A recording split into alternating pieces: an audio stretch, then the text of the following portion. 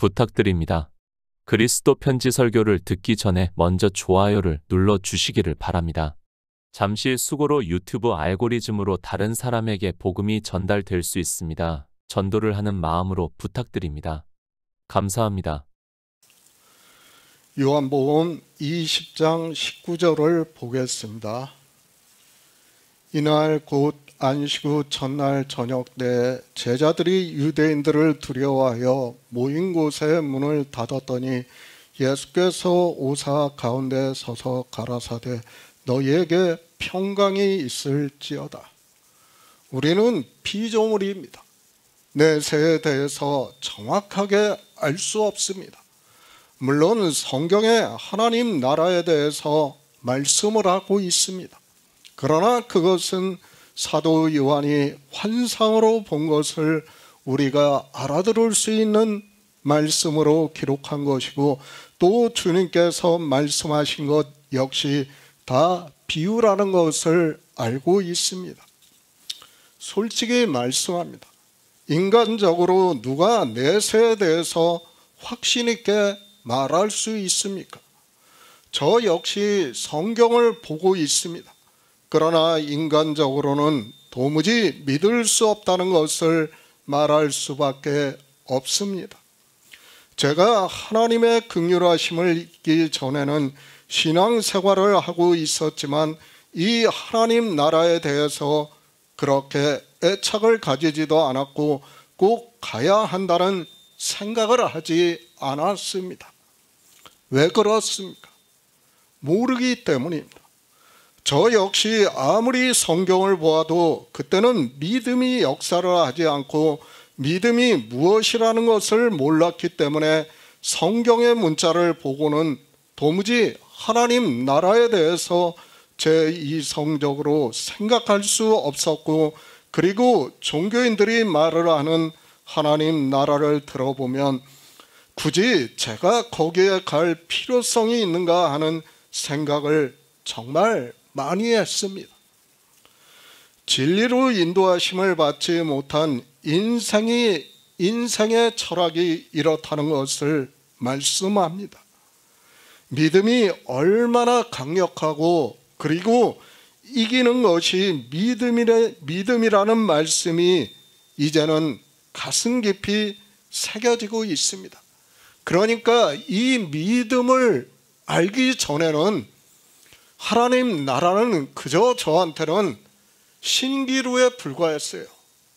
그저 사람들이 하나님 나라를 말을 하니까 그저 다수가 따라가니까 저 역시 따라가고 있었어요. 그것에 불과했다는 것을 저 역시 고백할 수밖에 없습니다. 이 세상입니다.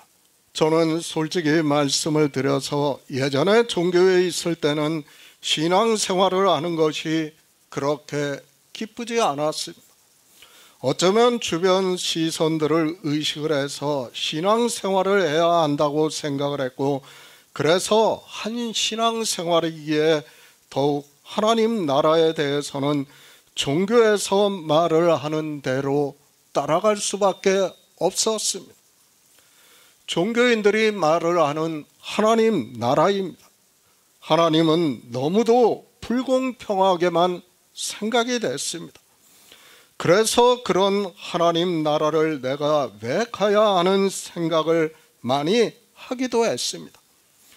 그리고 솔직히 그런 하나님 나라라면 저는 굳이 갈 필요성을 느끼지 못했고, 하나님 나라를 가기 위해서 신앙생활을 했다기보다는 주변인들이 저를 종교 안으로 끌어들였다고 보는 것이 더 맞습니다. 사람마다 다 다릅니다. 저는 솔직한 심정을 말합니다. 그러나 우리 중에는 정말 하나님 나라에 가고 싶어서 신앙생활을 하신 분들이 있다고 저는 믿고 있습니다. 그러나 종교 안에 있을 때는 하나님 나라에 대해서 말을 들었지만 그것에 대한 확신은 없었습니다. 아니, 믿는다고 했지만 지금과 같이 믿음으로 역사를 하지 않았다고 생각을 하고 있습니다. 사실 성령이 오시기 전까지만 해도 저 역시 종교 안에 있을 때 예수 그리스도를 믿는다고 생각을 했어요. 그러나 그때 믿는다고 하는 것이 얼마나 모순된 생각이었다는 것을 이제는 깨닫고 있습니다. 그러니까 제가 진리로 인도하심을 받아 믿음으로 역사를 하는 것과 종교의 교리를 따라 믿는다고 하는 것은 전혀 다르다는 것을 알아야 됩니다. 솔직히 쉽게 말씀을 드립니다. 종교의 교리는 인생의 철학을 그대로 배우는 거예요. 그런데 진리로 인도하심을 받는 일은 뭐예요? 창세 전에 있던 일이에요. 그 일을 우리가 성경에서 증거를 받아 믿음으로 역사를 하는 거예요. 그러니까 인생이 먼저입니까? 창세 전에 있던 태초부터 있는 생명이 먼저입니까? 이 생명이 먼저예요. 그런데 우리는 어떤 사고방식을 가지고 있습니까?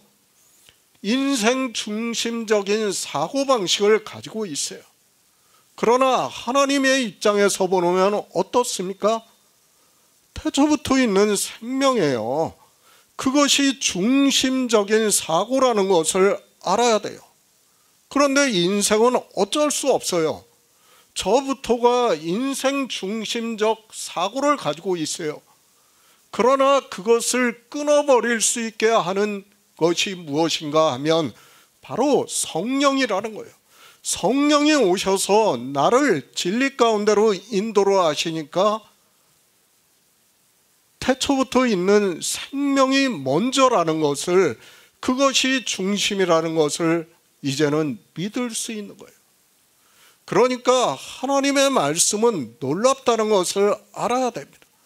인생으로 아무리 그가 지식이 있고 똑똑하다고 해도 이 말씀을 누가 깨달을 수 있겠느냐는, 안 돼요. 이것은 불가능한 일이에요. 오직 하나님께서 성령을 보내주셔야 깨달을 수 있는 거예요. 이 기존 세계관을, 기존 우주관을 완전히 뒤엎어버리는 건데 그것을 어떻게 받아들일 수 있겠습니까? 받아들이지 못하기 때문에 믿음으로 역사하는 일이 그렇게 힘들다는 거예요. 안 되는 거예요.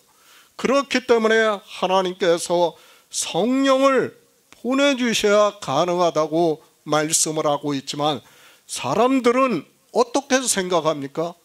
성령에 대한 기초도 안 되어 있어요. 자기들 마음대로 생각을 하는 거예요. 하나님의 신이라고 하니까 마치 그 신자를 생각을 하는 거예요.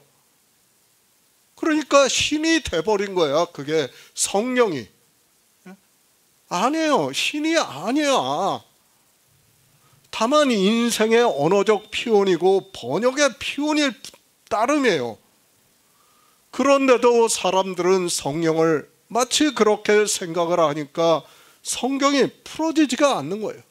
성경을 어떻게 받아야 되는지를 모르고 있습니다. 저도 사람입니다. 사람마다 다 타고나는 것이 다르다는 것을 저는 인정을 하고 받아들이고 있습니다. 그리고 저는 정말 어려서부터 죽음에 대해서 그렇게 두려움을 느끼지 못하고 살았던 것으로 생각을 하고 있습니다. 제가 군대 갔을 때도 만약 월남전과 같은 전쟁 국가가 있어서 파병을 간다고 하면 저는 제일 먼저 지원을 했을 정도였습니다. 그러나 대부분의 사람들이, 우리 피조물은 다시 기회가 없습니다. 한번 죽으면 그것으로 끝이 난다는 것을 누구나 다 알고 있습니다. 불교에서 말을 하는 것과 같이 윤회가 있다고 하면 모르겠습니다. 그러나 그 윤회라는 것도 사실 생각해 보면 얼마나 웃기는 이야기입니까? 누가 내세를 갔다 왔다고 그런 윤회에 대해서 이야기를 하고 있는지 저는 이해가 되지 않고 있습니다. 저도 윤회에 대해서는 정확하게 이해를 못하고 있습니다. 그러나 우리가 성경에서 진리로 인도하심을 받는 것과 그래서 믿음으로 역사를 하는 것과 비교할 수 없다고 생각을 하고 있습니다. 그렇지 않습니까? 윤회라는 것도 어떻게 생각을 하면 약간 뜬구름 잡는 것에 불과하다고 생각을 하고 있습니다. 어떻게 사람이 벌레가 됐다가 또 동물이 됐다가 또 사람이 됐다가 그 윤회를 갖다 억겁년을 한다고 이야기를 하고 있습니다. 저는 그것도 받아들이기 싫습니다. 왜 그렇습니까? 한 번 사는 인생도 이렇게 힘들고 어려운데 윤회를 해가지고 또 인생이 되겠다고요? 아니에요. 저는 싫습니다. 아무리 제가 평화롭고 그리고 행복하게 사는 인생으로 다시 태어난다고 해도 저는 받아들이고 싶지가 않습니다.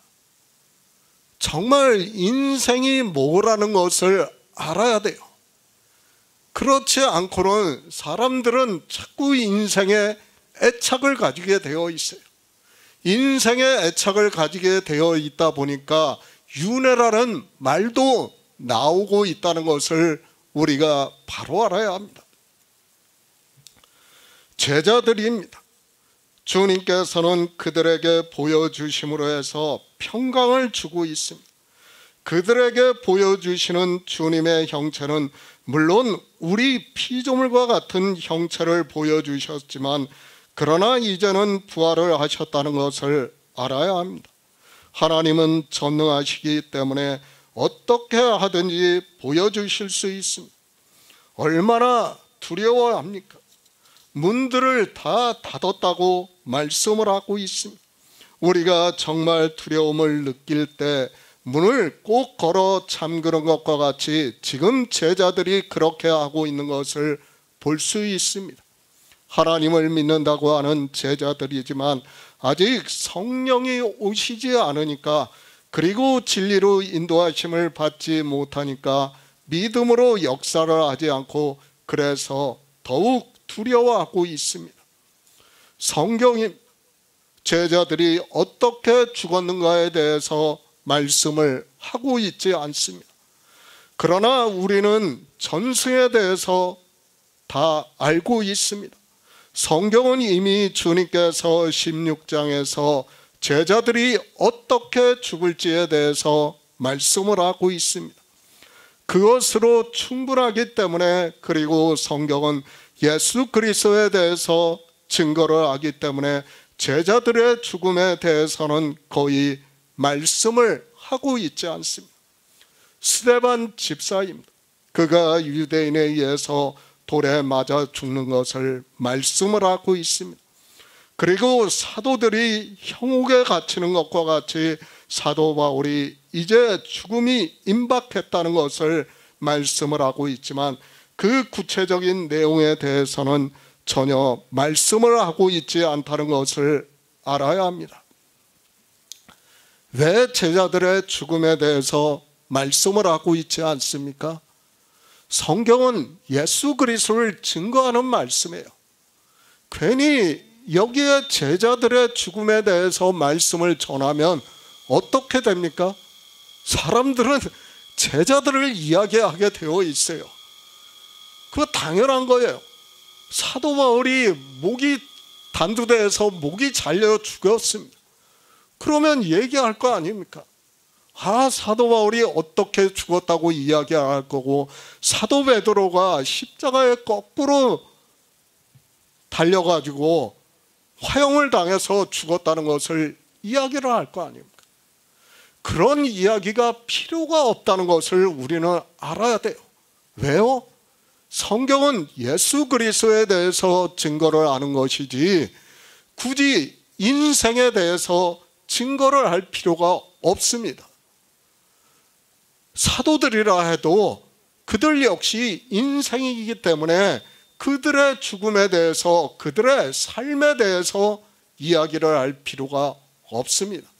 다만 복음을 전하는 일에서만 그들의 행적에 대해서 말씀을 하고 있다는 것을 우리가 바로 깨달아야 합니다. 예수 그리스도입니다. 주님께서는 이 세상에 오셔서 우리에게 영생이 있음을 알게 하기 위해서 육체의 목숨을 버리시고 이제 태초부터 있는 영원한 생명이신 하나님으로 부활하신 이를 말씀을 하고 있습니다. 그리고 먼저 막달라 마리아에게 보이시고 또 제자들에게 보이시는 이를 말씀을 하고 있습니다. 지난 시간입니다. 우리가 다니엘서를 보았습니다. 왕이 또 말하여 가로되 내가 보니 결박되지 아니한 내 사람이 불 가운데 다니는데 상하지도 아니하였고 그 넷째의 모양은 신들의 아들과 같다는 말을 하고 있고, 우리가 성경을 보아서 알고 있지만 주님께서는 창조주시기 때문에 이 창조된 세상에 언제 어느 때나 나타나실 수 있는 분이라는 것을 말씀을 하고 있습니다. 멜기세덱입니다. 창세기에서 나타내시고 있습니다. 그리고 아브라함에게 하나님과 두 천사의 형상으로 나타내셨다는 것을 말씀을 하고 있고, 이제 부활하시고 난 후에 제자들에게 나타내시는 일을 말씀을 하고 있습니다. 인생들은 성경을 시간적 개념으로 보고 있지만 하나님께서는 창조를 다 이루셨고, 그렇다면 우리가 성경에서 보고 있는 말씀은 충분히 이해할 수 있다고 저는 믿고 있습니다. 성경의 역사가 몇 년입니까? 6,000년이에요. 그죠? 그런데 하나님께서 지금 나타나셨다, 사라지셨다, 또 나타나셨다, 지금 계속해서 하고 있어요. 이게 가능하다고 생각합니까? 이 창조된 우주에서 하나님이 어디 숨으셨다가 또 나타나셨다, 그렇게 하는 겁니까? 아니지 않습니까? 하나님은 분명히 하나님 나라에 계셔요. 그렇다 나타나셨다가 사라졌다 하는 거예요. 이게 가능하다고 생각합니까? 지금은 과학이 발달을 했어요. 그래가지고 빅뱅이 138억 년 전에 있었다는 것도 알고 있고, 그리고 그 우주가 팽창하는 속도가 얼마나 빠르다는 것도 알고 있어요. 빛의 속도보다 더 빨라요. 그러니까 지금 관측 가능한 우주를 400억 년으로 보고 있어요. 그러면 빅뱅보다 더 먼 거예요. 그렇지 않습니까? 그것을 하나님이 어떻게, 우주의 인생의 시간은 6,000년인데 사라졌다가 올라갔다가 또 오늘 바로 올라갔다가 내일 보이시고, 이게 가능하다고 생각합니까? 이것을 설명할 수 있어야 돼요. 설명을 못하고 그저 믿으라고 하는 거는 강요밖에 안 돼요. 그렇지 않습니까? 이것을 우리가 이해할 수 있게 말씀을 전해야 돼요. 성경은 과학적으로 우리에게 말씀하고 있다는 것을 알아야 돼요. 그런데 사람들은 과학은 깡그리 무시하고 자기들이 전하고 싶은 것만 전하면서 강요를 하고 있습니다. 아니에요. 그렇게 해서는 안 된다는 것을 알아야 합니다. 창조입니다. 우리 인생으로는 이것이 참과 같이 생각이 되고 있어요. 그러나 성경을 보면 우리가 사는 세상은 참이 아니라 가상현실 세계와 같이 말씀하고 있다는 것을 알아야 합니다. 그런 세상에서 제자들이 두려워하고 있는 가운데 주님께서는 나타내셔서 너희에게 평강이 있을 것이라고 말씀을 하고 있습니다. 민수기 6장 26에서 27절을 보겠습니다. 구약 성경 204쪽입니다. 민수기 6장 26에서 27절입니다. 여호와는 그 얼굴을 내게로 향하여 드사 평강 주시기를 원하노라 할지니라 하라. 그들은 이같이 내 이름으로 이스라엘 자손에게 축복할지니 내가 그들에게 복을 주리라. 평강입니다. 인생의 언어로는, 그러니까 국어적인 뜻으로는 걱정이나 탈이 없는 것을 평강이라고 말을 하고 있습니다. 그리고 헬라어로는 평화, 복지 등의 뜻이 있습니다. 이것으로 성경에서 말씀하는 평강에 대해서 우리가 지금 알 수 있다고 생각을 하지 마시기 바랍니다. 그러니까 인생의 철학으로 이야기를 하는 평강이라는 단어를 아는 것으로 지금 주님께서 제자들에게 너희에게 평강이 있을지어다 말씀을 하는 것을 알 수 있다고 생각을 하지 마시기 바랍니다. 진리로 인도하심을 받지 못하면 우리는 이 평강에 대해서 알 수 없다는 것을 바로 알아야 합니다. 예수 그리스도입니다. 우리는 그분을 믿어야 합니다. 그리고 무엇보다 중요한 말씀은 그분이 유일하신 하나님이심을 믿어야 합니다. 그렇지 않고는 성경을 아무리 보아도 도무지 무슨 말씀인지를 깨달을 수 없고 그저 종교에서 하는 말에 맹목적으로 믿는다고 할 수밖에 없는 것이 우리 인생들이라는 것을 알아야 하고, 그래서 소년, 소자라고 말씀을 하고 있습니다. 저는 정말 이해가 안 됩니다. 물론 하나님의 섭리이기 때문에 제가 이해할 수 있는 부분이 아니라고 생각을 하고 있습니다. 성경을 보고 있지 않습니까? 그러면 최소한 그 말씀에 대해서 의문을 가지고 보아야 합니다. 그리고 지혜를 구하면서 보아야 하고 모든 말씀에 일관성이 있어야 합니다. 만약에 이 일관성이 무너지는데도 하나님을 믿는다고 하는 것은 그저 맹목적인 샤머니즘에 불과하다는 것을 알아야 합니다. 1800년 이상입니다. 교회사를 보면 이미 서기 150년 전후부터 종교가 싹트기 시작했다는 것을 알 수 있습니다. 그러니까 우리가 신학교에서 교회사에서 배우고 있습니다. 그 교회사에서 배우는 것을 볼 때 언제부터의 사람들이 나오는가 하면 서기 150년 전후부터 사람들이 나오고 있어요. 그들에 대해서 이야기를 하는 것을 우리가 교회사에서 배우고 있는 것을 볼 수 있습니다. 그러니까 이미 그때 종교가 싹트기 시작했다는 것을 우리가 알 수 있는 근거가 될 수 있다고 저는 생각을 하고 있습니다. 사도들입니다.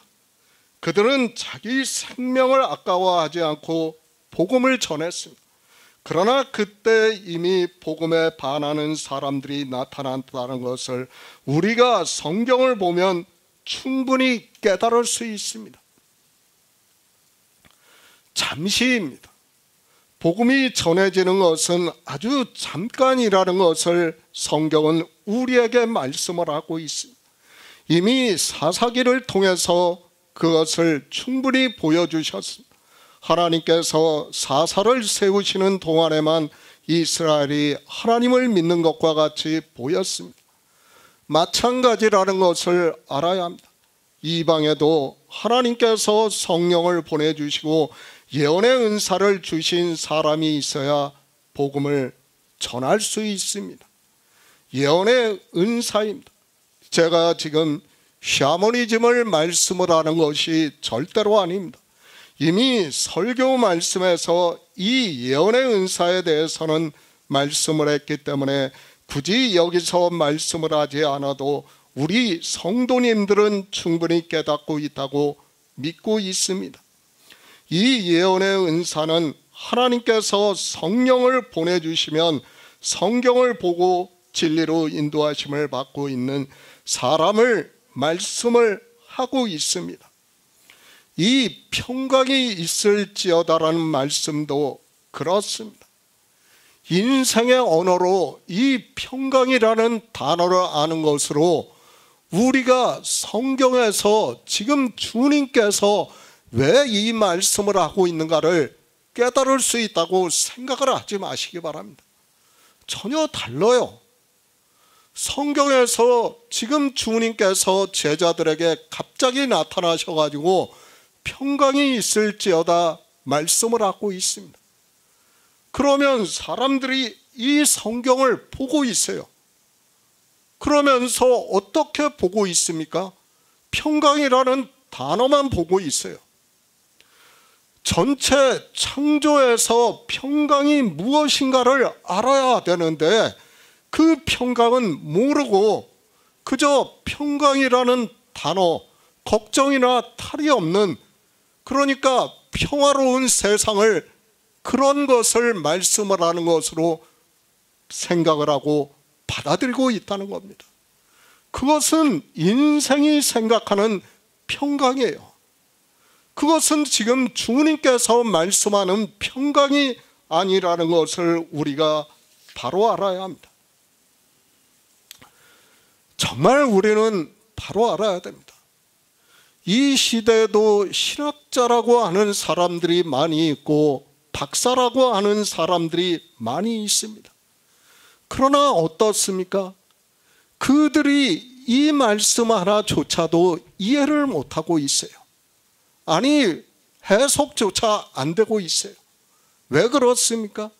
하나님께서 우리에게 주시는 평강이 무엇인가를 모르기 때문입니다. 지금 주님께서 제자들이 무서워하고 있는 것을 아시고 그들을 안심시키기 위해서 너희에게 평강이 있을지어다 말씀을 하고 있습니까?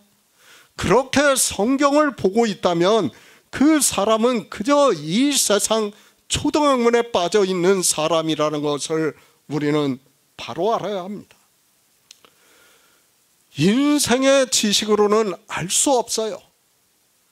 인생으로 아무리 성경을 많이 본다고 해도 이것을 깨달을 수 있다고 생각을 하지 마시기 바랍니다.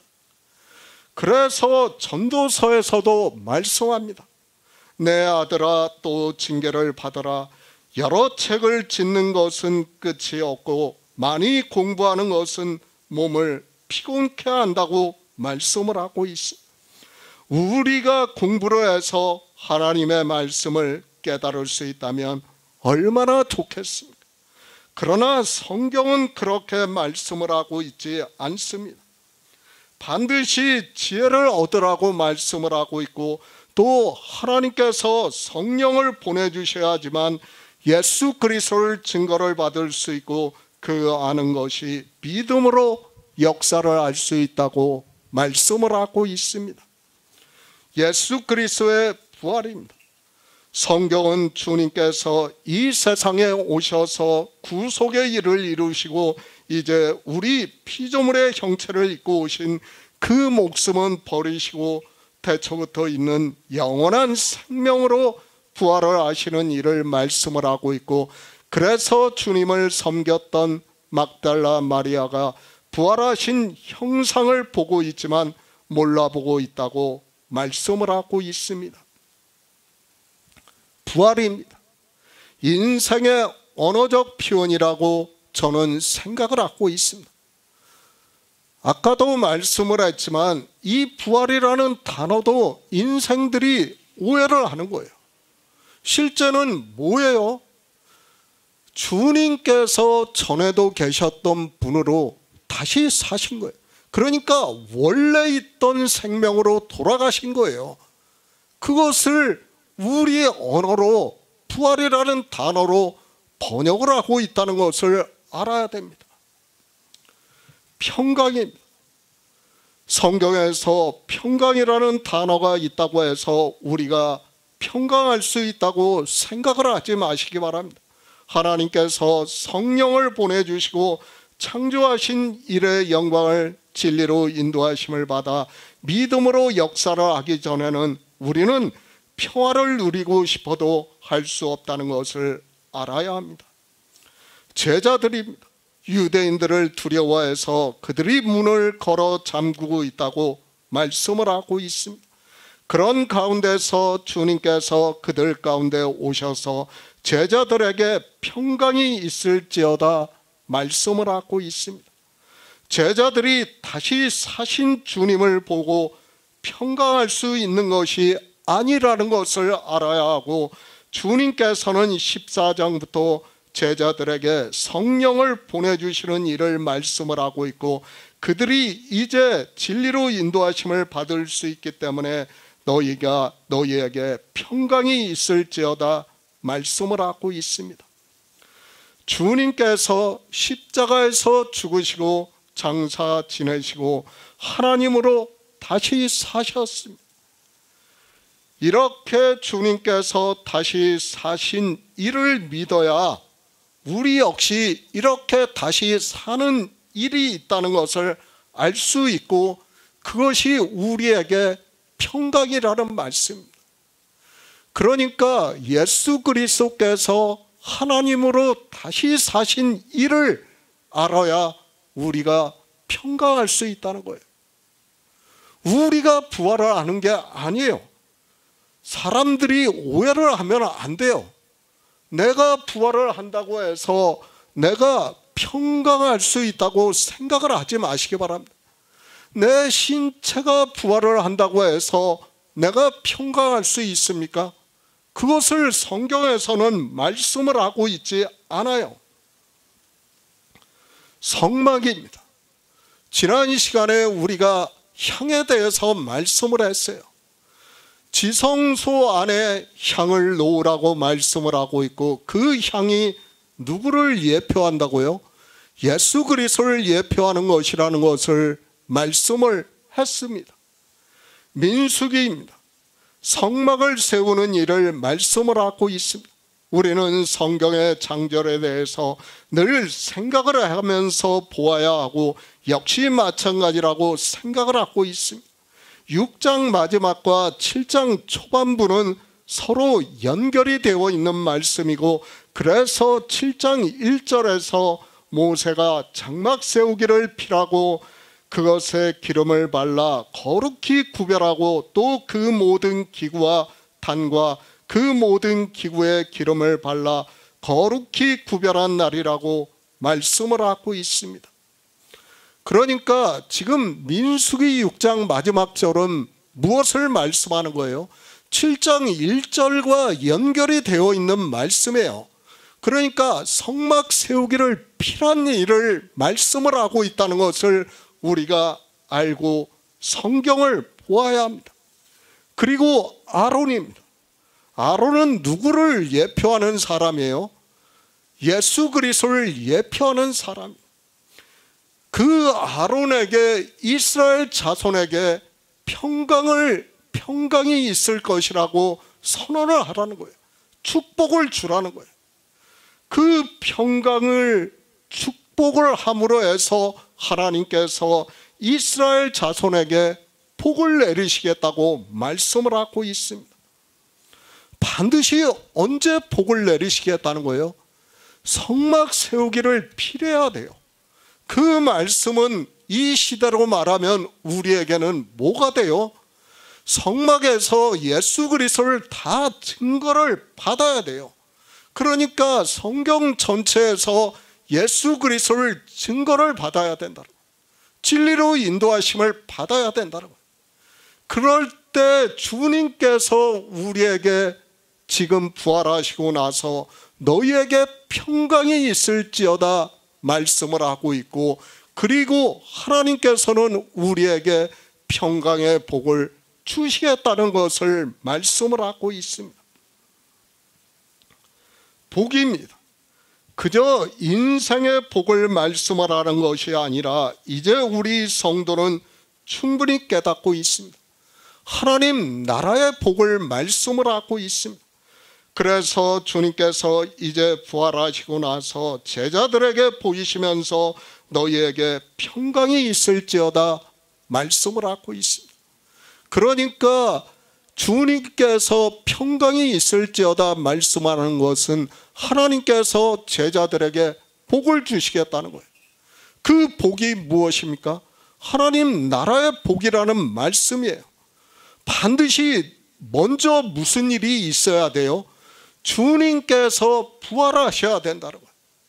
그것을 민수기에서는 성막 세우기를 필했다고 말씀을 하고 있습니다. 그 필한 일이 있기 전에 아론이 이스라엘 자손에게 평강이 있을지어다 축복을 하고 있는 거예요. 그리고 하나님께서 복을 주시겠다는 것을 말씀을 하고 있습니다. 대제사장입니다. 아론이 민수기에서 이스라엘에게 평강 주시기를 원한다고 말씀을 하고 있고, 이 평강을 어떻게 주시는가를 내가 그들에게 복을 주리라고 말씀을 하고 있습니다.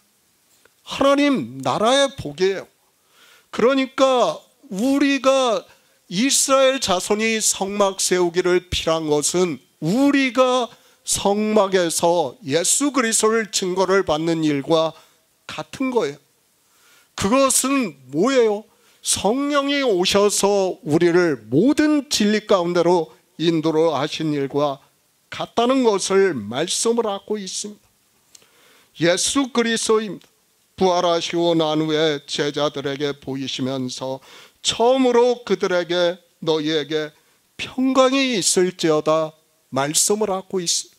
그러니까 주님께서 부활을 하시지 않으면 우리는 평강을 얻을래야 얻을 수 없어요. 그거 말로 그저 평강하십시오 한다고 해서 우리가 평강을 얻을 수 있습니까? 안 돼요. 반드시 뭐가 있어야 돼요? 선행적으로 주님께서 하나님으로 부활하셔야 된다는 거예요. 그래야 제자들이 평강이 있다는 거예요. 그것이 우리에게 지금 또다시 평강이 있다는 것을 말씀을 하고 있습니다. 성경입니다. 사도 바울이 골로새에 있는 성도들 곧 그리스도 안에서 신실한 형제에게 편지하노니 우리 아버지 하나님으로부터 은혜와 평강이 너희에게 있을지어다 라고 인사를 하고 있습니다. 그저 의례적인 도덕적인 관념에 따르는 인사라고 생각을 하지 마시기 바랍니다. 이 평강이라는 말씀에는 하나님 나라의 복을 주신다는 말씀이 포함이 되어 있다는 것을, 그러니까 예수 그리스도께서 부활하신 이를 믿는다는 말씀이 포함이 되어 있다는 것을 우리는 깨달아야 합니다. 시편 29편 10에서 11절을 보겠습니다. 구약성경 822쪽입니다. 시편 29편 10에서 11절입니다. 여호와께서 홍수 때 좌정하셨으며 여호와께서 영영토록 왕으로 좌정하셨도다. 여호와께서 자기 백성에게 힘을 주시며 여호와께서 자기 백성에게 평강의 복을 주시리로다. 예수 그리스도입니다. 이사야 선지자가 말씀을 했습니다. 주님께서 이 세상에 오시는 일을, 이는 한 아기가 우리에게 낳고 한 아들을 우리에게 주신 바 되었는데 그 어깨는 정사를 메었고 그 이름은 기묘자라 모세라 전능하신 하나님이라 영존하시는 아버지라 평강의 왕이라 할 것이라고 말씀을 하고 있습니다. 평강의 왕이에요. 왜 평강의 왕입니까? 그냥 우리에게 인사치레로 너희에게 평강을 주니까, 그러니까 예수 그리스도를 믿으면 우리가 평강을 누릴 수 있으니까 종교 안에서 평강을 누리는 것으로 평강의 왕이라고 말씀을 하는 것이 아니에요. 반드시 이 평강에는 뭐가 있어야 돼요? 주님의 부활이 있어야 돼요. 부활이 없는 평강은 없어요. 그러니까 성경에서 말씀하는 평강은 예수 그리스도의 부활을 믿어야 되는 거예요. 그 일이 전제 조건이 되어야 우리가 평강을 누릴 수 있는 것이지, 평강이 있는 것이지, 그것이 없으면서 평강을 하라고 하는 것은 뭐예요? 마치 공연부를 하는 것과 같다는 것을 알아야 됩니다. 인사를 하지만 뭐예요? 그냥 거칠어로 하는 인사에 불과하다는 것을 알아야 됩니다. 그런 인사가 우리에게 아무리 많이 있는다고 한들 무슨 의미가 있겠습니까? 아무것도 아니라는 것을 알아야 됩니다. 반드시 뭐가 있어야 된다고요?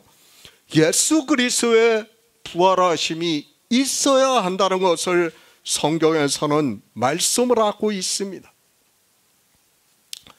사실 이보다 더 큰 평강은 없어요. 그렇지 않습니까? 주님께서 하나님으로 부활하신 그 일보다 우리가 더 큰 평강을 누릴 수 있는 것은 아무것도 없어요. 성경을 보시기 바랍니다. 그것이 우리에게 평강이 될 수 있다는 거예요. 지금 그것을 말씀을 하고 있지만 사람들은 이 평강이라는 단어만을 보고 있어요.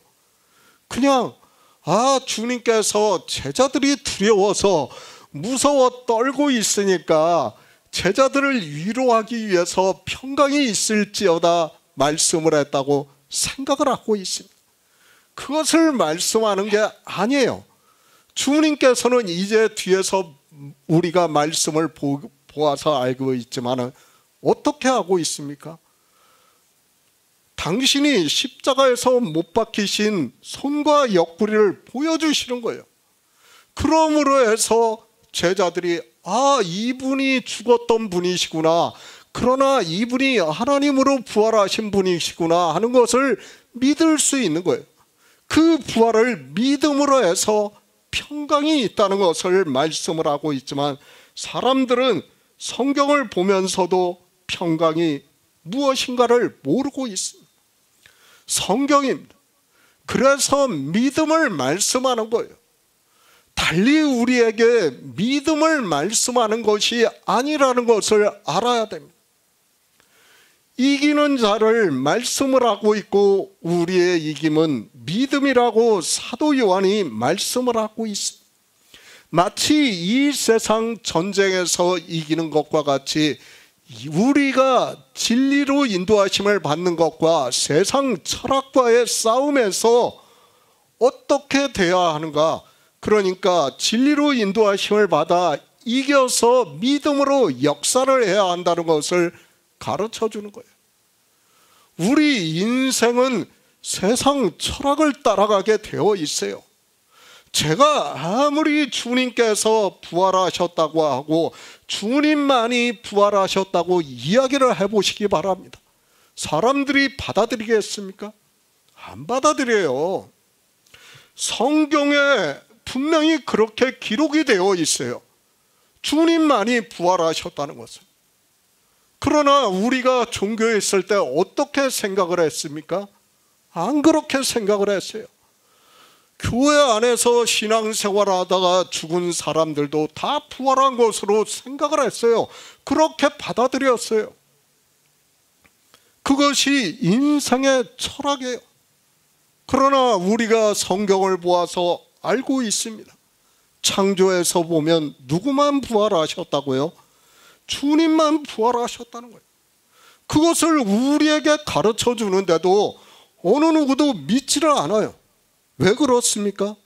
인생의 철학이 그것을 받아들일 수가 없어요.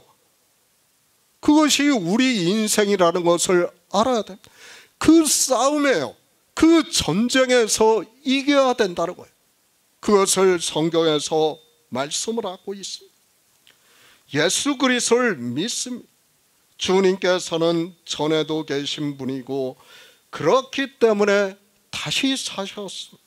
그러므로 해서 우리가 평강을 얻을 수 있고 우리 역시 태초부터 있는 영원한 생명으로 다시 살 수 있기 때문에 평강할 수 있다는 말씀. 예수 그리스도께서 부활하심으로 해서 우리가 평강을 누릴 수 있는 것이지, 내가 죽고 나서 내 신체가 다시 부활을 해서 하나님 나라에 들어가는 것으로 평강할 수 있는 것이 절대로 아니라는 것을 알아야 돼요. 그런데 종교인들은 어떻습니까? 그렇게 생각을 하는 거예요. 그것을 말씀하고 있지 않아요. 성경은 무엇에 대해서 말씀합니까? 예수 그리스도에 대해서만 증거를 하고 있어요. 그것을 믿어야 우리가 평강할 수 있다는 거예요. 그런데 인생들은 신체 부활을 주장하고 있어요. 그것은 우리에게 평강을 줄 수 있는 것이 아니라는 것을 알아야 됩니다. 이 싸움이에요. 인생의 철학이냐 아니면 진리로 인도하심을 받는 거냐, 이 영적 전쟁에서 우리는 어떻게 되어야 됩니까? 이겨야 돼요. 이기는 자라고 말씀을 하고 있습니다. 시편에 다윗이 예언을 하고 있습니다. 이제 앞으로 주님께서 이 세상에 오셔서 우리에게 평강을 주실 것을 말씀을 하고 있습니다. 그는 군인입니다. 그리고 많은 전쟁을 치렀다는 것을 성경에서 알고 있습니다. 그런 다윗이 여호와께서 자기 백성에게 힘을 주심이며 여호와께서 자기 백성에게 평강의 복을 주시리라고 말씀을 하고 있습니다. 평강의 복입니다. 이거는 이 세상 사람들이, 지금 종교 안에 있는 사람들은 이 복을 누리고 싶어도 누릴 수가 없어요. 그렇죠?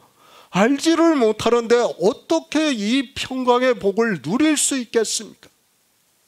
알아야 되는 복이에요. 이거는 내가 진리로 인도하심을 받아야 이 평강의 복을 누릴 수 있다는 거예요. 그런데 평강이 무엇인지도 모르는 사람들이 어떻게 평강의 복을 누릴 수 있습니까? 평강의 복입니다. 영의 생명을 얻어 하나님 나라를 믿음으로 역사를 하는 성도만이 누릴 수 있는 복이라고 믿고 있습니다. 주님께서 십자가에서 죽으시고 장사 지낸 뒤 3일 만에 부활하셔서 두려워하고 있는 제자들이 있는 곳에 나타내시며 너희에게 평강이 있을지어다 말씀을 하고 있습니다. 다시 말씀을 합니다. 주님께서 그저 제자들에게 말로 평강을 주고 있습니까? 절대 아니에요. 성경을 그렇게 보는 사람은 망하는 길로 간다는 것을 알아야 됩니다. 지금 주님께서는 부활하셨어요. 그 부활하신 일을 가르쳐 줌으로 해서 제자들이 평강이 있다는 거예요. 그렇죠? 주님께서 부활하신 것을 알지 못하면 제자들은 평강을 하고 싶어도 평강을 할 수 없어요. 그렇기 때문에 그 다음 절에서 두 손과 옆구리를 보여주시는 거예요. 그러니까 제자들이 보고 기뻐했다고 말씀을 하는 거예요. 그러니까 주님께서 부활하신 이를 알고 지금 제자들이 평강을 누릴 수 있는 것이지, 그것을 모르고 말로만 평강이라고 하는 것은 평강이 될 수 없다는 것을 우리는 바로 알아야 합니다. 시편입니다. 여호와께서 홍수 때에 좌정하셨으며 여호와께서 영영토록 왕으로 좌정하시도다. 여호와께서 자기 백성에게 힘을 주심이며 여호와께서 자기 백성에게 평강의 복을 주신다고 말씀을 하고 있습니다. 그러니까 우리 인생은 누구라고요? 다 죄악이 관영해서 홍수로 멸망을 당해야 하는 자예요. 그러니까 죽은 자라는 거예요. 그 죽은 자들에게 여호와께서 평강의 복을 주신다는 거예요.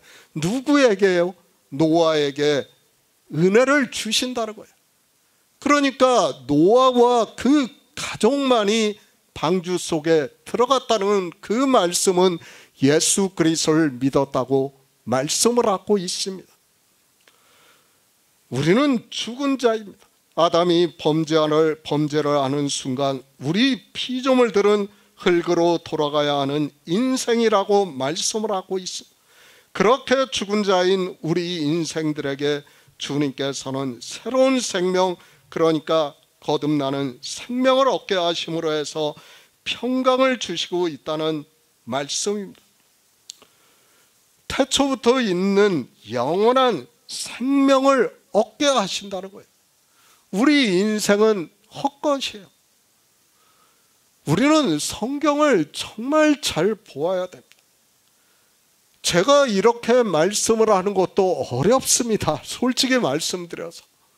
그런데 어떻습니까? 할 수 없어요. 저도 이렇게밖에 말씀할 수밖에 없어요. 우리는 아무것도 아니에요. 실상은 뭐예요? 창세 전에 태초부터 있는 하나님의 아들들이에요. 그 아들들이 참해요. 그리고 우리는 아무것도 아니에요. 그 아무것도 아닌 우리에게 믿음을 주시는 거예요. 그 믿음을 주시기 위해서 성경을 다 기록하게 한 거예요. 우리가 참이라고 생각하면 안 돼요. 우리가 주가 아니에요. 성경에서는 그러니까 하나님의 아들들에 대해서는 아주 짧게 말씀을 하니까 사람들이 오해를 해요. 그것은 마치 미래의 일과 같이 생각을 하고 있어요. 그러나 그게 아니란 말이에요. 누구에 대해서 말씀하고 있어요? 하나님의 아들들에 대해서 말씀을 하는 거예요. 우리는 헛것이라는 거예요. 그 헛것에게 무엇을 주신다고요? 평강을 주시는 거예요. 그 평강을 주시는 일이 무엇인가를 지금 주님께서 제자들 앞에 나타나셔서 말씀하는 거예요. 부활하셔가지고 너희에게 평강이 있을지어다 말씀하는 거예요. 만약 주님께서 부활을 하시지 않았다면 제자들에게 이렇게 말씀할 수 없어요. 그러나 이제 하나님으로 부활하셨기 때문에 제자들도 태초부터 있는 생명으로 너희가 그 날에는 이제 성령이 오시면 아버지 안에 내가 너희 안에 너희가 내 안에 있는 것을 한 생명이라는 것을 안다는 거예요. 믿는다는 거예요. 그때는 그것을 믿기 때문에 이제 제자들이 평강을 누릴 수 있다는 거예요. 그것을 지금 말씀을 하고 있지만 사람들은 이 평강이라는 단어의 의미를 전혀 모르고 있습니다. 신체의 부활이 절대로 아닙니다. 내가 죽으면 이 신체가 영원이라는 것과 재연합을 해서 부활을 하는 것으로 평강이 있다고 하지 마시기 바랍니다. 그것은 종교에서 말을 하는 거예요. 종교의 교리예요. 그러나 성경은 무엇을 말씀합니까? 예수 그리스도의 부활을 말씀하는 거예요. 예수 그리스도께서 부활하신 일을, 하나님으로 부활하신 일을 우리가 알면 평강하다는 거예요. 그것을 지금 제자들에게 부활하시고 나서 나타나셔서 처음으로 하신 말씀이 너희에게 평강이 있을지어다 말씀을 하고 있습니다. 그런데 사람들은 이 평강의 의미를 전혀 모르고 있습니다. 평강의 복입니다. 다시 말씀을 하지만 인생의 언어로 부활이라는 단어를 아는 것으로 내가 평강의 복을 받았다고 하지 마시기 바랍니다. 성경은 주님께서 부활하신 일을 말씀을 하고 있고 그 일을 우리 성도는 증거를 받아 믿음으로 역사를 하고 있고 그 믿음이 태초부터 있는 영원한 생명이 있음을 알게 하고 있고 그것이 실상이 된다는 말씀을 하고 있습니다. 종교인이 아닙니다. 우리 성도는 예수 그리스도의 증거를 받아 믿음으로 역사를 하고 있습니다. 그런데 인생들은 성경을 보면서도 예수 그리스도를 믿는다고 하는 말씀의 의미를 전혀 모르고 있습니다. 그렇죠. 내가 부활을 하는 것은 나를 믿는 거예요. 결국에는. 그러나 우리는 성경에서 무엇을 믿어요? 주님께서 부활하신 이를 믿는 거예요. 그것이 우리에게 평강이라는 거예요. 그런데 그것도 모르면서 누가 부활하는지도 모르면서 예수 그리스도를 믿는다고 하고 있어요. 주님도 부활하고 나도 부활하고 하는 것은 이 세상 종교에서 말을 하는 거예요. 그거는 우리는 그렇게 믿는 게 아니에요. 우리의 믿음은 뭐예요? 예수 그리스도께서 하나님으로 부활하셔서 하나님 보좌에 앉으신 이를 믿는 거예요. 그것이 우리에게 평강이 된다는 것을 말씀을 하고 있는데 사람들은 성경을 보면서도 평강이 무엇인가를 모르고 있습니다. 왜 그렇습니까? 진리로 인도하심을 받지 못하기 때문입니다. 성경을 그저 인생의 철학으로만 보니까 거기에서 벗어날 수가 없어요. 그것이 우리 인생의 철학이라는 것을 사도 바울이 가르쳐주고 있지만 깨닫지를 못하고 있습니다. 데살로니가전서 5장 23절을 보겠습니다. 신약 성경 333쪽입니다. 데살로니가전서 5장 23절입니다. 평강의 하나님이 친히 너희로 온전히 거룩하게 하시고 또 너희 온 영과 혼과 몸이 우리 주 예수 그리스도에 강림하실 때 흠없게 보존되기를 원하노라. 제자들입니다. 유대인들을 두려워하고 있다고 말씀을 하고 있습니다. 저희가 얼마나 인간적으로 두려워하고 있는가를 알 수 있습니다. 문들을 닫았다고 성경에 기록이 될 정도면 당시 유대인들이 자기들의 교리에 반하는 사람들을 어떻게 했는가를 쉽게 알 수 있습니다. 주님으로부터 복음을 들은 제자들이지만 인생은 역시 마찬가지라는 것을 알 수 있는 말씀입니다. 아직 성령이 오시지 않았습니다. 당연히 제자들은 그저 하나님을 믿는다고 하는 유대인들에 불과할 수밖에 없고 그런 그들은 하나밖에 없는 인생을 가지고 있는 생명이 죽는 것을 두려워하고 있습니다. 그러나 그들에게 성령이 오시고 나자 두려워하는 마음이 전혀 없어졌다는 것을 우리는 성경을 통해서 충분히 깨닫고 있습니다. 예수 그리스도를 믿습니까? 초기 믿는 성도들과 지금은 너무도 큰 차이가 있다는 것을 알아야 합니다. 지금은 종교의 자유가 있고 그리고 표현의 자유가 있다 보니까 그래도 안심하고 지낼 수 있는 시대를 살아가고 있습니다. 복음이 우리가 어떻게 전파가 되었는지를 알고 있습니다. 처음에는 유럽으로 갔다가 그 다음에는 아메리카로 갔다가 다시 아시아로 왔습니다. 사실 그 과정에서 복음이 전해졌다고 보는 것은 유럽으로 갔을 때뿐이라고 저는 생각을 하고 있습니다. 아메리카로 왔을 때는 이미 종교가 되어 있었어요. 우리는 그들을 바로 알아야 됩니다. 아메리카 대륙에 왔을 때 땅덩어리가 워낙 넓어가지고 마을 단위로 살았어요. 그때 그들이 가장 먼저 한 일이 뭡니까? 교회를 세우는 일이에요. 보이는 교회를 세웠어요. 그리고 그 교회 안에 다 들어갔어야 돼요. 왜? 거기 안에 들어가지 않으면 그 마을에서 살 수가 없어요. 그렇지 않습니까? 무슨 문제가 생기면 그 사람은 린치를 당하게 되어 있어요. 주의를 당연히 지켜야 되고, 만약 주의를 지키는데도 문제가 있지만은 또 식사를 하는데 기도를 하지 않으면 가만히 두지를 않았어요.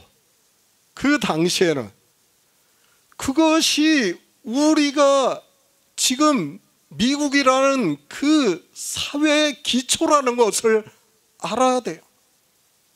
그러니까 그들은 지금도 밥을 먹을 때 기도를 하고 있어요. 그것을 가장 기본적으로 생각하는 사람들이라는 것을 알아야 됩니다. 정말 어떻게 우리에게 복음이 전파가 되었는가를 알아야 됩니다. 복음이라고 할 수가 없어요. 종교가 전파가 되었어요. 그러나 그런 가운데서 정말 기적과도 같이 하나님께서 이 시대에 우리에게 성령을 보내주셨다는 것을 믿어야 됩니다. 우리가 이 복음을 교제할 수 있는 것은 하나님의 은혜가 아니고는 저는 설명이 불가능하다고 믿고 있는 사람입니다. 제가 복음을 전하고 있지만 저 역시도 마찬가지예요. 하나님께서 은혜를 주셨기 때문에 제가 이 시대에 복음을 전할 수 있고 우리가 교제할 수 있는 것이지, 그렇지 않고는 불가능하다고 저는 믿고 있습니다. 너희에게 평강이 있을지어다. 평강, 평화 등이 뜻이 있는 단어입니다.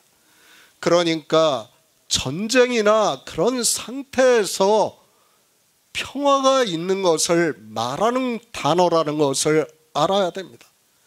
그런데 지금 주님께서 그것을 말씀을 하고 있습니까? 아니에요. 주님께서는 제자들이 죽든 말든 아무 상관이 없다니까요. 물론 제자들이 복음을 전해야 되기 때문에 그들을 지켜주시고 있어요. 지금까지는. 그러나 후에 그들이 복음을 전할 때는 어떻게 합니까? 그들을 지켜주시지 않아요. 죽게 내버려 두신다는 것을 우리가 성경을 통해서 알 수 있습니다. 싸움입니다. 사단은 죽게 하는 자입니다. 그리고 예수 그리스도는 우리에게 그 죽은 피조물에게 하나님 나라의 생명을 얻게 하고 있습니다. 그러니까 우리 인생의 입장에서 생명을 얻는 거예요. 그러니까 우리 인생의 입장에서 거듭남이에요. 그러나 하나님의 입장에서는 뭐예요? 창세 전에 있던 일이에요. 우리가 믿어야 되는 일이에요, 이거는. 그래서 믿음 하는 겁니다. 그런데 사람들은 이 믿음에 대해서 아무리 성경에서 말씀을 해도 깨닫지를 못하고 있어요. 영적 전쟁이라는 거예요. 그래서 우리가 믿을 수 있냐 없냐 하는 것은 진리로 인도하심을 받느냐 받지 못하느냐 이 문제예요. 그렇지 않고는 우리는 믿고 싶어도 믿을 수 없어요. 종교인으로는 살 수 있어요. 그것은 얼마든지 가능해요. 지금도 28억 명이 종교인으로 살고 있어요. 그것은 아무 문제가 되지 않아요. 그러나 예수 그리스도를 믿는 것은 다른 차원의 문제라는 것을 알아야 됩니다. 정말 이것을 깨닫지 못한다면 아무리 성경을 보아도 그는 영생을 얻을 수 없다는 것을 알아야 합니다. 데살로니가에 있는 교회입니다. 당시 얼마나 박해가 심했는가를 데살로니가서를 보면 쉽게 알 수 있습니다. 그들이 비록 종교는 아닐지라도 로마라는 세상에 의해서 핍박을 받았고 그때 수많은 성도들이 죽임을 당했다는 것을 우리는 전승에 의해서 너무도 잘 알고 있는 사실입니다. 육체의 생명입니다. 우리는 하나님 나라에 대해서 알 수 없습니다. 오직 믿음으로만 역사를 하고 있습니다. 그런데 그 믿음이 있는 성도들이 죽임을 당하면서도 그때 그대로 받아들였다는 것을 알고 있습니다. 그런 그들을 위로하기 위해서 사도 바울이 데살로니가에 있는 교회에 있는 성도들에게 쓴 편지입니다. 위로입니다. 사도 바울은 4장 마지막 절에서 성도들에게 이 여러 말로 서로 위로하라고 말씀을 하고 있습니다. 그러니까 당시 핍박을 받고 죽임을 당하고 있는 성도들을 위로하라고 이 말씀을 보냈다는 것을 우리가 알고 성경을 보아야 합니다. 평강입니다. 평강의 하나님이 친히 너희로 온전히 거룩하게 하시고 또 너희 온 영과 혼과 몸이 우리 주 예수 그리스도에 강림하실 때 흠없게 보존되기를 원한다고 말씀을 하고 있습니다. 성경은 제가 늘 말씀을 하고 있어요. 인생의 입장에서 기록한 말씀과 하나님의 입장에서 기록한 말씀을 우리는 분별을 해야 돼요. 그러니까 여기서도 하나님이 친히 너희로 온전히 거룩하게 하시고 이 말씀은 인생의 입장을 말씀하는 거예요. 그러니까 하나님의 입장이 아니라 우리 인생의 입장에서 우리가 영생을 얻는 일을 비유로 해서 말씀을 하고 있다는 것을 깨닫고 성경을 보아야 합니다. 두려워하는 제자들입니다. 그런 그들에게 주님께서 부활하시고 나타내시면서 너희에게 평강이 있을지어다 말씀을 하고 있습니다. 사도 바울은 많은 죽임을 당하고 있는 데살로니가에 있는 성도들에게 하나님 나라와 부활에 대해서 모든 말씀을 마치고 평강의 하나님이 친히 너희로 온전히 거룩하게 하시고 또 너희 온 영과 혼과 몸이 우리 주 예수 그리스도 강림하실 때 흠없게 보존되기를 원하신다고 말씀을 하고 있습니다. 평강이 뭡니까? 주님께서 하나님으로 부활하신 거예요. 그 일을 믿음으로 해서 우리 역시 어떻게 한다고요? 하나님이 우리도 거룩하게 하신다는 거예요. 우리 육체를 거룩하게 한다는 게 아니에요. 그러니까 거룩하신 생명이 우리에게 있다는 것을 믿으라는 말씀을 하고 있어요. 성경이 참 어려워요. 그래서 이렇게 인생의 입장에서 기록한 말씀을 하나님의 입장에서 말씀을 하려고 하면 너무도 어렵다는 것을 알고 있습니다. 거룩하십니다. 그리고 우리 역시 거룩합니다. 태초부터 있는 영원한 생명이 거룩한 생명이라고 말씀을 하고 있고, 그래서 사도 바울이 평강의 하나님이 친히 너희로 온전히 거룩하게 하신다는 말씀을 하고 있고, 이 말씀은 성령을 보내주심으로 해서 태초부터 있는 생명이 있음을 믿는다는 말씀을 하고 있습니다. 사도 바울이 데살로니가에 있는 성도들에게 평강의 하나님이 친히 너희로 온전히 거룩하게 하시고 또 너희 온 영과 혼과 몸이 우리 주 예수 그리스도에 강림하실 때 흠없게 보존되기를 원하노라. 너희를 부르시는 이는 미쁘시니 이는 또한 그가 또한 이루시리라고 말씀을 하고 있습니다. 그러니까 데살로니가 전서는 평강을 말씀을 하고 있지만 누구 입장에서요? 우리 입장에서 말씀을 하고 있다는 거예요. 우리가 어떻게 평강을 누릴 수 있는가를 지금 사도 바울이 데살로니가에 있는 성도들을 위로하기 위해서 그들에게 이렇게 평강을 누리라고 말씀을 하고 있다는 것을 알아야 합니다. 인생의 언어적 표현입니다. 성도를 보호해 주신다는 말씀을 하고 있고, 그래서 인생의 언어적 표현으로 또 너희 온 영과 혼과 몸이 우리 주 예수 그리스도에 강림하실 때 흠없게 보존되기를 원하노라고 말씀을 하고, 그러니까 우리에게 영생을 주신다는 말씀을 하고 있습니다. 그것을 사도 바울이 우리가 알아들을 수 있는 언어적 표현으로 말씀을 하고 있다는 것을 깨달아야 합니다. 평강입니다. 주님께서는 부활하시고 난 후에 제자들에게 처음으로 너희에게 평강이 있을지어다 말씀을 하고 있습니다. 물론 두려워하고 있는 제자들에게 평강을 말씀을 하는 것으로 성경을 볼 수 있습니다.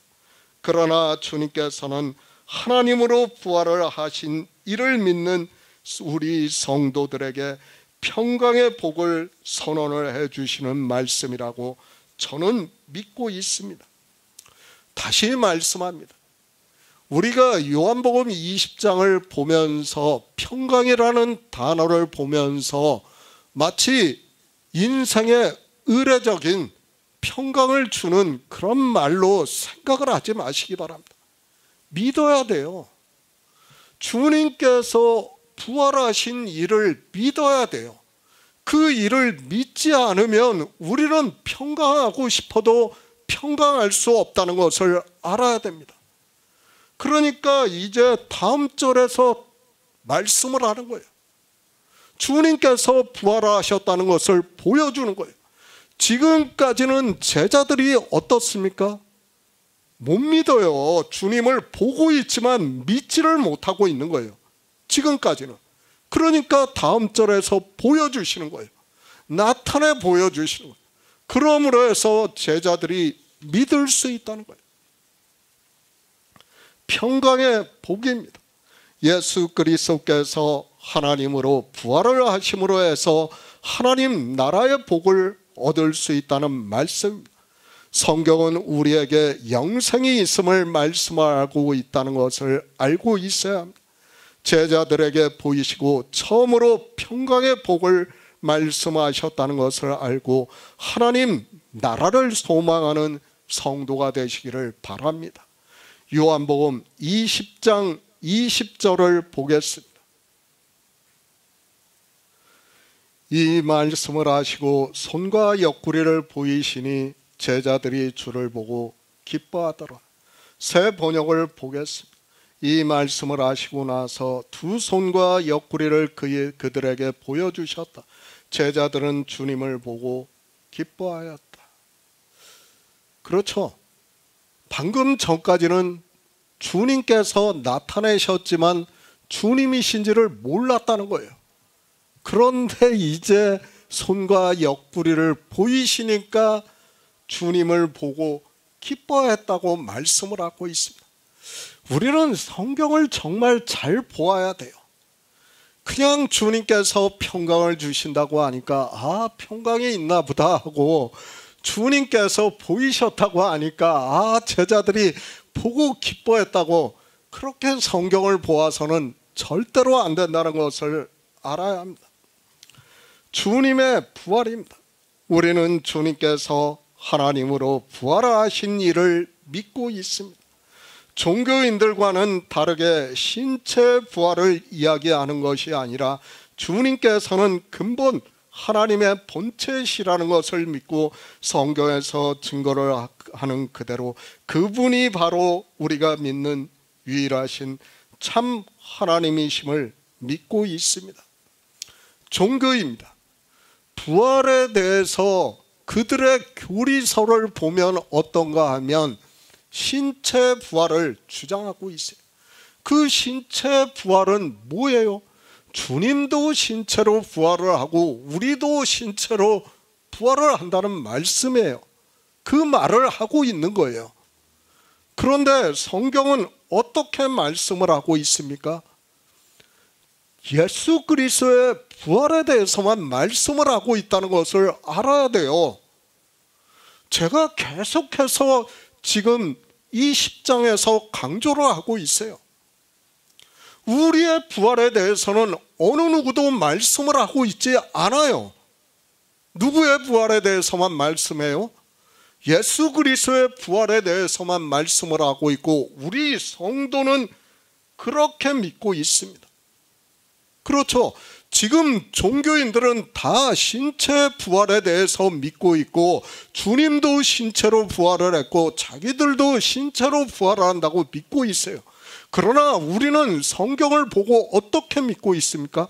우리는 다 헛것 같고 지나가는 그림자같이 사라지고 주님만이 하나님으로 부활하신 이를 믿어요. 그 믿음이 태초부터 있는 생명으로 믿는다는 거예요. 그것이 우리의 믿음이라는 거예요. 그것을 지금 성경은 말씀을 하고 있지만 사람들은 부활에 대해서 전혀 모르고 있어요. 성경에서 부활이라는 단어가 있으니까 마치 자기들도 부활을 하는 것으로 생각을 하는데 계속해서 말씀합니다. 창조된 세상에서는 정의예요.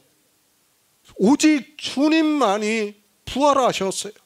그리고 그분만이 하나님 나라에 들어가셨어요. 그것이 기초예요. 성경의 정의예요. 그리고 우리 성도의 믿음이에요. 그런데 인생들은 성경을 보면서도 그것이 무슨 말씀인가를 모르고 있습니다. 제자들입니다. 겨우 3일입니다.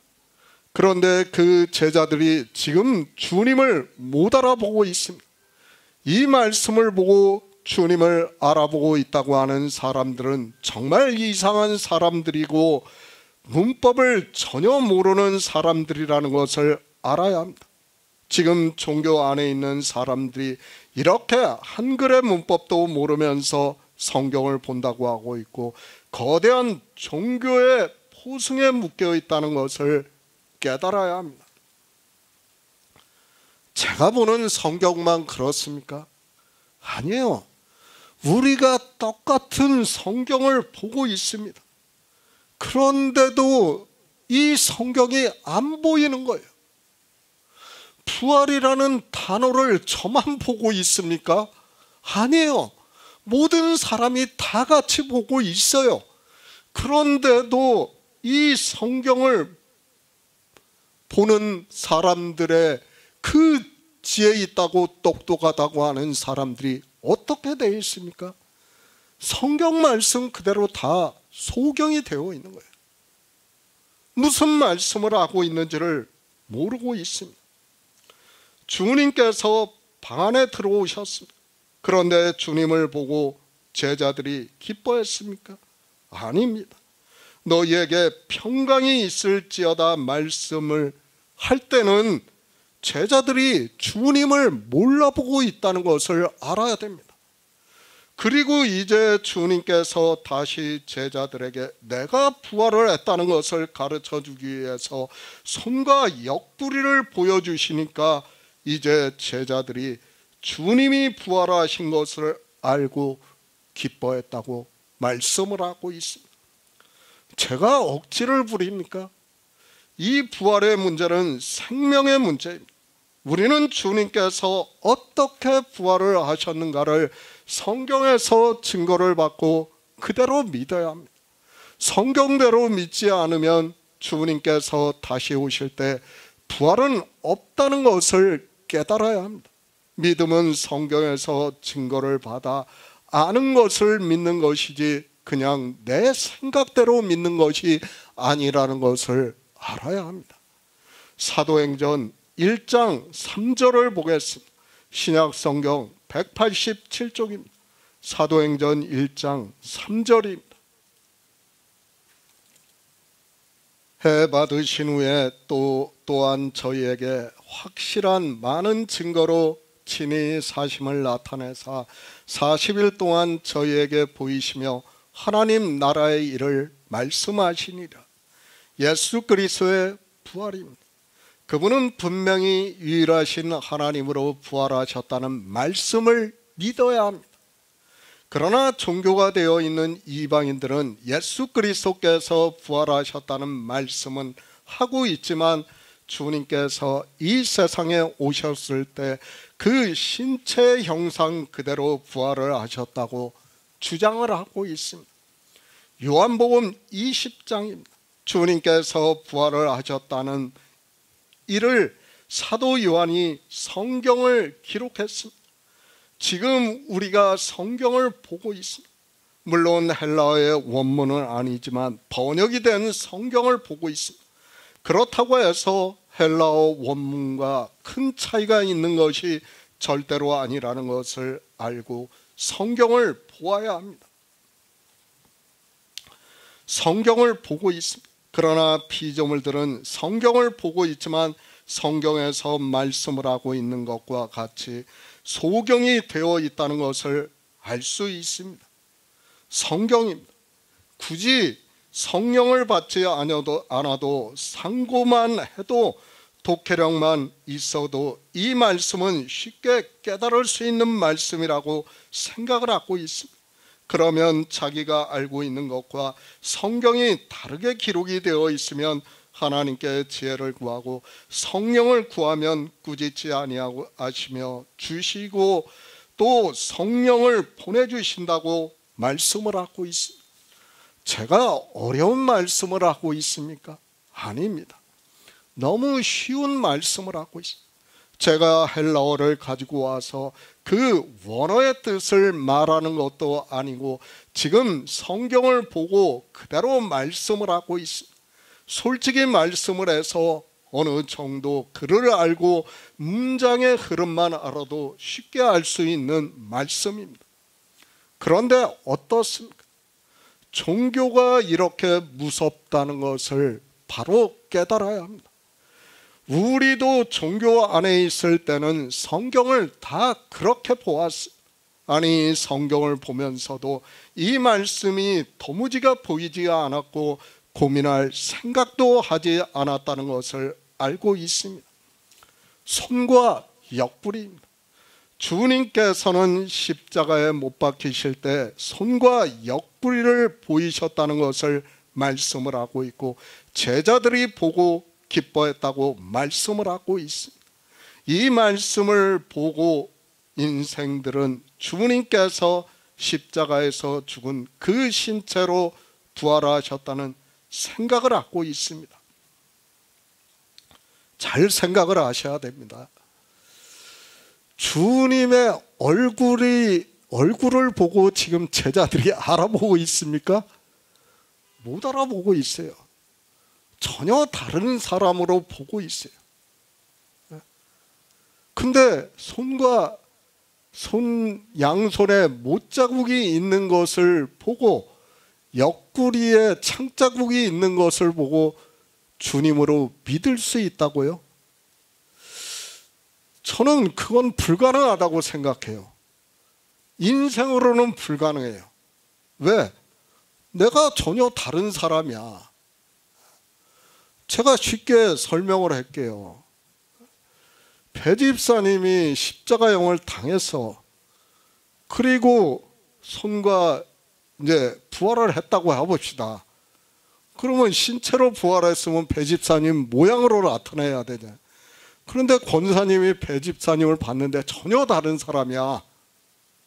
근데 손자국이 있고 여기 못자국이 있고 옆구리가 있다고 해서 배집사님으로 볼 수 있습니까? 볼 수 없어요. 그거는 사람들이 이런 말씀을 보고 참 오해를 하고 있습니다. 우리는 바로 알아야 돼요. 이미 주님의 형상은 전혀 달라요. 얼굴이 달라요. 모습도 달라요. 모르겠어요. 키는 어떤지 저는 모르겠어. 저도 성경에 자세히 기록이 안 되어 있으니까, 그리고 체중은 어떻게 나가는지 기록이 안 되어 있으니까 저도 모르겠어요. 그러나 제자들이 몰랐다는 것은 전혀 다른 모습이라는 거예요. 그렇죠? 그리고 또 한 가지 중요한 거예요. 막달라 마리아에게 뭐라고 말씀했습니까? 나를 만지지 말라. 내가 아버지께로 아직 올라가지 못했다고 말했어요. 그리고 다음 날이에요. 다음 날 지금 주님께서 지금 제자들에게 나타나신 거예요. 제가 아까도 우주에 대해서 설명을 했어요. 우주의 창조에 속한 것과 창조에 속하지 아니한 하나님의 더 크고 온전한 장막을 말씀하고 있어요. 400억 광년이라니까요. 그것도 관측 가능한 우주가 하루 만에 가능합니까? 그걸 인생의 과학으로 받아들일 수 있습니까? 참 이런 말씀을 보고 사람들이 너무 쉽게 생각을 하고 있어요. 마치 손과 손의 못자국을 보고 그리고 옆구리의 창자국을 보고 주님을 알아본 것 같이 생각을 하면 안 돼요. 그리고 주님은 하루 만에 인생의 과거로는 불가능해요. 아니 주님은 아직도 올라가고 저 안드레메다도 못 갔다니까요. 우리 은하도 못 벗어났다니까요. 과학적으로 하면. 그러나 그분은 누구시라고요? 하나님이에요. 그러면 우리가 게임 속의 캐릭터와 개발자를 생각하면 돼요. 개발자가 자기 캐릭터를 넣는 거는 아무것도 아니에요. 게임 유저가 그 끝까지 가려고 그러면 뭐 몇 년이 걸릴지 모르겠지만은, 그러나 개발자는 어떻게 해요? 순식간에 거기다 넣어버릴 수 있어요. 그것을 알아야 돼요.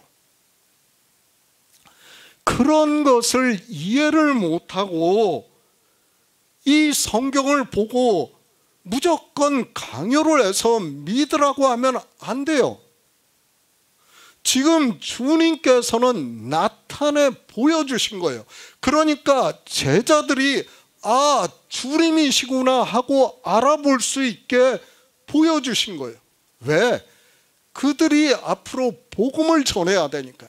성령이 오시고 난 후에 복음을 전해야 되니까 하나님으로 부활하셨다는 것을 나타내 보여주시는 거예요. 나타내 보여주시니까 우리가 볼 수 있는 것이지 그냥 볼 수 있습니까? 아브라함이 창세기에서 멜기세덱을 그냥 볼 수 있습니까? 사람들이 착각을 해요. 성경을 보면서 아브라함이 하나님과 두 천사를 그냥 볼 수 있습니까? 아니에요. 보여주시니까 보고 가서 영접을 하는 거예요. 인생들은 성경에 기록이 되어 있으니까 아, 내가 그냥 보이는구나. 다른 사람도 다 보는구나. 보면 그렇게 보이는가 보나. 그러니까 못자국을 보여주고 옆구리에 창자국을 보여주니까 아, 주님이시구나 하고 제자들이 기뻐했구나. 그렇게 성경을 보고 있어요. 아니에요. 그것이 아니라니까요. 이미 제자들은 앞에서 주님을 몰라보고 있어요. 그런데 못자국과 창자국을 보인다고 해서 주님을 갖다가 알아볼 수 있다고요? 아니에요. 그것으로 알아본 게 아니라 주님께서는 나타내 보여주셨고, 그리고 제자들에게 더 확신을 주기 위해서 이 못자국과 창자국을 보여주신 거예요. 그러므로 해서 제자들이 아, 주님께서 부활하셨구나, 하나님으로 부활하셨구나, 이렇게 믿는다는 거예요. 지금 그것을 말씀을 하는 거예요. 그런데 사람들은 이런 말씀들을 전혀 모르고 있습니다. 보이시니, 이 헬라어는 여러 가지로 사용을 하고 있는데 보여주다, 계시하다, 예언하다 등의 뜻을 가지고 있습니다. 그러니까 주님께서 보여주셔야지만 제자들이 볼 수 있을 때 사용하는 단어라는 것을 우리가 바로 알아야 됩니다. 사도행전에서도 같은 단어를 사용하고 있습니다. 해 받으신 후에 또한 저희에게 확실한 많은 증거로 친히 사심을 나타내사 40일 동안 저희에게 보이시며 하나님 나라의 일을 말씀하시니라고 말씀을 하고 있습니다. 여기서도 똑같이 40일 동안 보이시며 라고 말씀을 하고 있습니다. 그러니까 주님께서 보여주심으로 해서 제자들이나 500여 문도가 볼 수 있다는 말씀을 하고 있습니다. 그러니까 내가 하나님으로 부활을 하셨다는 것을 보여주심으로 해서, 계시를 해주심으로 해서 지금 제자들이 주님을 알아보고 기뻐했다는 말씀이지, 창자국이나 못자국이 결정적인 게 아니에요. 그것은 하나의 현상이에요. 현상. 제가 캐릭터에 대해서 말씀을 하죠. 얼마든지 하나님은 바꾸실 수 있는 분이에요. 그럴 창조주라는 것을 알아야 돼요. 그런데 인생들은 창조주라는 의미를 모르고 있습니다. 주님이 안 보여주시면 볼 수 없습니다. 그래서 그 원뜻이 보여주다라고 되어 있습니다. 그러니까 나타내 보여주는 쪽에서 보여줘야 그 보는 사람이 볼 수 있을 때 쓰는 단어라는 것을 알아야 돼요. 그렇지 않고는 아무리 보여줘도 볼 수가 없어요. 만약에 500여 문도가 아니라 유대인들에게 주님께서 보여주셨다고 그러면 그들이 믿겠습니까? 아니에요. 만약 주님께서 못자국과 창자국을 갖다 유대인의 바리새인한테 보여주셨다고 해보세요. 그러면 저 사람이 또 어떤 트릭을 썼다고 이야기할 거 아닙니까? 당연히 그렇게 나오는 거예요. 그러나 제자들은 어떻게 했다고요? 믿었다는 거예요. 주님께서 부활하심을 믿었다는 거예요. 사도행전의 말씀 그대로 주님께서는 부활하시고 40일 동안 제자들에게 보이셨습니다. 부활을 하셨다는 것을 보여주셨습니다. 그러니까 그냥 보여주신 것이 아니라 주님이시라는 것을 가르쳐주면서 보여주셨다는 말씀입니다. 왜 보여주셨습니까? 이제 이방의 복음을 전하게 하기 위해서 후에 성령이 오시고 나면 예수 그리스도의 부활을 증거하기 위해서 보여주신 거예요. 그러니까 가장 중요한 것은 무엇이라고요? 성경에서 예수 그리스도의 부활하심이에요. 우리는 다른 것을 믿는 게 아니에요. 예수 그리스도의 부활하심을 믿는 거고, 사도들도 예수 그리스도의 부활하심에 대해서 증거를 했어요. 그것을 증거하기 위해서는 보여주신 거예요. 사도 바울입니다. 고린도전서 15장에서도 같은 말씀을 하고 있습니다. 게바에게 보이시고 후에 12 제자에게와 그 후에 500여 형제에게 일시에 보이셨나니 그 중에 지금까지 태반이나 살아있고 어떤 이는 잠들어 있으며 그 후에 야고보에게 보이셨으며 그 후에 모든 사도에게와 맨 나중에 만삭되지 못하여 난 자 같은 내게도 보이셨다고 말씀을 하고 있습니다. 보이셔야 돼요. 우리가 그냥 볼 수 있다고 생각을 하지 마시기 바랍니다. 그것은 너무도 큰 착각이라는 것을 알아야, 설령 못자국을 보고 창자국을 본다고 해도 하나님께서 보여주시지 않으면 우리는 볼 수 없어요. 그것을 지금 사도 바울이 고린도전서에서도 말씀을 하고 있지 않습니까? 보여주셨습니다. 그러자 제자들이 주님을 알아보고 기뻐했다고 말씀을 하고 있습니다. 그렇게 보여주시니까 제자들이 주를 보고 기뻐했다고 말씀을 하고 있습니다. 그러나 사람들은 성경을 전혀 그렇게 보고 있지 않습니다. 마치 제자들이 주님을 그냥 알아본 것과 같이 이야기를 하고 있습니다.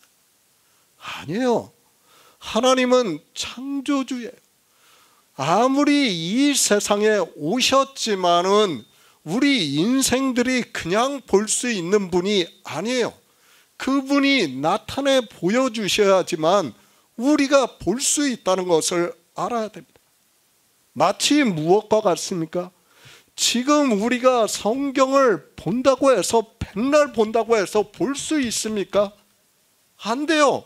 100번을 읽어도 안 되고 200번을 읽어도 안 되고 300번을 읽어도 안 돼요. 제가 신학교에 있을 때 제 학장님이 성경을 300번 이상 읽은 분이에요. 그분은 실제 그렇게 읽었어요. 성경 웬만한 거 다 외워요. 그런데도 어떻습니까? 안 돼요. 안 보여주니까 안 되는 거예요. 어떻게 해야지 본다고요? 주님께서 보여주시는 것과 같이 보여주셔야 보고, 그리고 이 시대는 성령을 보내주셔야 우리가 성경에서 예수 그리스도를 증거를 받아 믿을 수 있다는 것을 말씀을 하고 있습니다. 그냥 볼 수 있다고 생각하지 마세요. 우리는 소경이에요. 성경에서 뭐라고 말씀합니까? 우리를 소경이라고 말씀을 하고 있지 않습니까? 그러면 소경인 것을 받아들여야 돼요. 우리는 주님을 볼 수도 없고 하나님의 말씀을 볼 수도 없어요. 다만 어떻게 해야 됩니까? 하나님께서 보여주셔야 돼요. 제자들한테는 실제로 보여주셨어요. 그리고 이제 우리는 어떻게 한다고요? 성령을 보내주시는 거예요. 성령을 보내주심으로 해서 우리가 진리로 인도하심을 받아 예수 그리스도를 믿을 수 있다는 것을 말씀을 하고 있습니다. 성령이에요. 이 성령에 대해서는 정말 할 말이 많습니다. 이 시대에 다 종교에 빠져서 이 성령에 대해서 마치 하나님으로 주장을 하는 사람들이 너무도 많이 있습니다. 정말 하나님께서 성령을 보내주신 성도들 외에는 진리로 인도하심을 받지 못하고 있다는 것을 저는 깨닫고 있습니다. 사도 요한입니다. 주님께서 부활하신 일을 말씀을 하고 있습니다. 그러나 불행하게도 인생들이 종교 안에서 예수 그리스도를 믿는다고 하지만 성령이 오시지가 않아서 주님께서 어떻게 부활하셨는가를 모르고 있습니다. 아니, 창조에서 보면 오직 주님만이 부활하신 일을 성경에서 말씀을 하고 있는데도 부활이 무엇인지를 모르면서 그저 종교 안에서 사도 바울이 지키지 말라고 하는 부활절이라는 절기를 만들어서 지키고 있습니다.